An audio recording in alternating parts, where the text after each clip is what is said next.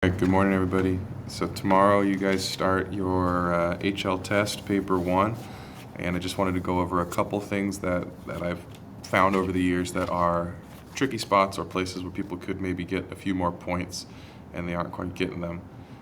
So the first one, I'm going to start at the back of the formula packet actually. When you guys ever see a problem that has a Maclaurin series in it, you don't have to do it from scratch. A lot of times you can use one of the formulas that are in the formula packet there and build up a function based on that. So for example, if you got asked to do a Maclaurin series of sine of e to the x minus 1, and you tried to do that from scratch, very quickly you'd have a lot of chain rule, a lot of product rule. It would really be terrible. But if you use the Maclaurin series for sine, which is right there in the formula packet,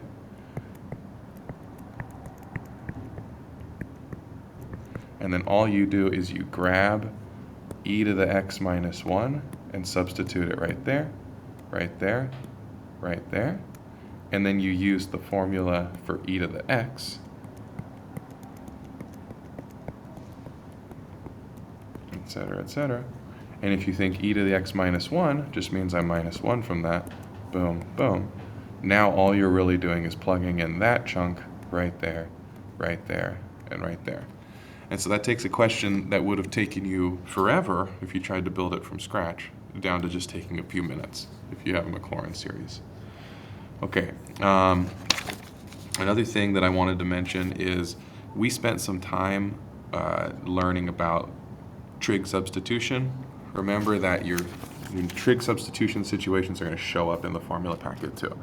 There are some times where it might ask you to demonstrate or to show some step along the way where you have to do the trig substitution, but in general, if you run into a problem where there is something that looks like the Pythagorean theorem in the denominator, so like a squared plus x squared or square root of a squared minus x squared, grab your formula packet and just use that.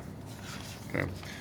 Another thing I want to clarify, this happens a lot more on paper 2, but there's this difference between displacement and distance. So displacement is just how far is it away from point A to point B, but distance is how far did they travel, and they may have gone back and forth. So if you read the word distance, you have to have the absolute value inside the integral. Not absolute value of your answer, but the absolute value of the function, and that'll usually show up on paper 2, because integrating an absolute value is a big pain in the butt. Okay, the other thing I will say is, please, for the love of God, use the chain rule. I've been a little frightened lately. I've seen some people not remembering the chain rule. Anytime you've got a function inside a function, you got to multiply by the derivative of the inside function.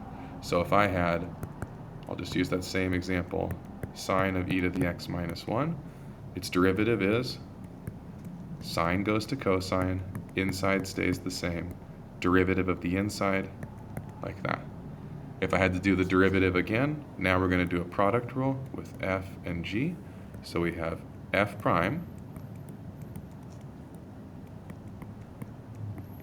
Everything I just wrote down is f prime, because I had to use the chain rule, times g plus f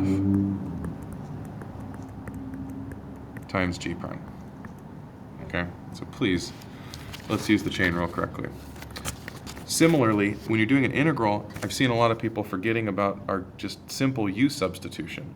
So if you had a problem like e to the x times the square root of e to the x minus 1, and you were trying to integrate that, I've seen some people trying to do some very interesting integration by parts or different things like that. Please just do a u substitution. And you know it's a u substitution because you see an inside function, and you see the derivative of the inside function on the outside. So here's your inside function, here's the derivative on the outside. And so we get the integral of e to the x times the square root of u times dx, which is the same as du over e to the x, canceling the e to the x's, adding 1 to the power, and dividing, substituting back in that u is e to the x minus 1, and flipping the 3/2 to be a 2/3. Okay, so those are some things about calculus I've noticed. All right, on your probability, the biggest one that I wanted to talk about was right here, where we talk about combined events, independent events. These formulas are all just presented right there in a row, but some of them you can only use sometimes, others you can use every time. So if you look at the combined events formula at the top, always use that. Totally fine, never changes, always true. The second one, mutually exclusive, only use that formula if you know they're mutually exclusive. Do not use that formula for two random events A and B.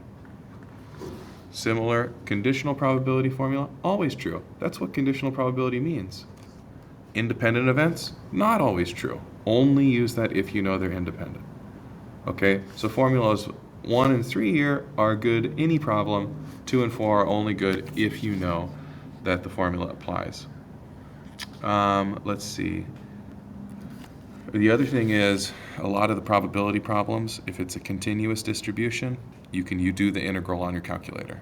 You know that the integral over everything is going to equal 1 because the probability adds up to 100%. If it's a discrete, you know it's going to literally add up all the pieces equal to 1, and it's usually going to have some unknown thing in there, so you have to solve for k or something like that. Probably going to be a quadratic. One of them is going to be negative, so you're going to throw that out. Okay. Then when we talk about vectors, some people lost a lot of stuff about vectors. Just remember that the dot product will give you a number answer. The cross product will give you a vector answer. If you want a vector that is perpendicular, use the cross product. Cross product will give you a vector that is perpendicular. That'll help you find like the equation of a plane. It'll also help you find the area or the volume of a three-dimensional shape. If you want, however, a number, like the angle between two vectors, you're going to use the dot product. So the dot product tells you the angle. If the dot product is 0, you know your two things are perpendicular. Other than that, it's a lot of algebra to find intersections. It's just substitution and elimination. Okay, also please remember you got your trig formulas in there. Okay, don't be a hero and try to remember them. They're all right there for you.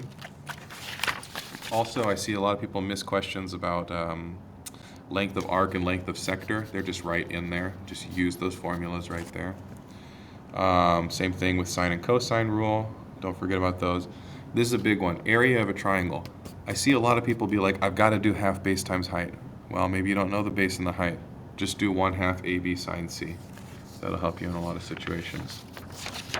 All right, I know I'm going quick through it, but that's what we're doing. Similarly, when we talk about polynomials, okay, down here I've got these formulas for the sum and product of the roots of the polynomial. So if you get a question that says something like, you know one root is this, what are the other roots? Look at these formulas down here. Those formulas on the sum and product will help you.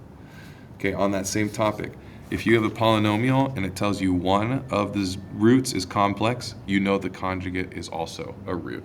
So for example, if it says u equals 2 plus 3i is a root, you know its conjugate 2 minus 3i is also a root. And you can use the sum and products to then figure out what the other roots have to be, because you know they add up to be some term and they multiply to equal some other term.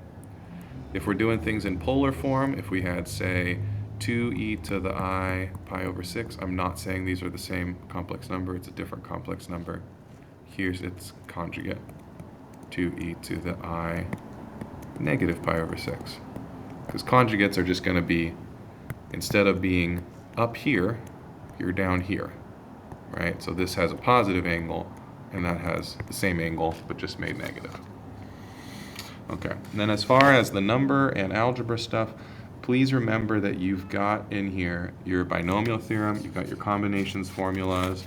Please don't lose easy points on things with like the log rules. Okay, so that was just supposed to be really quick. I ended up talking a little more than I wanted.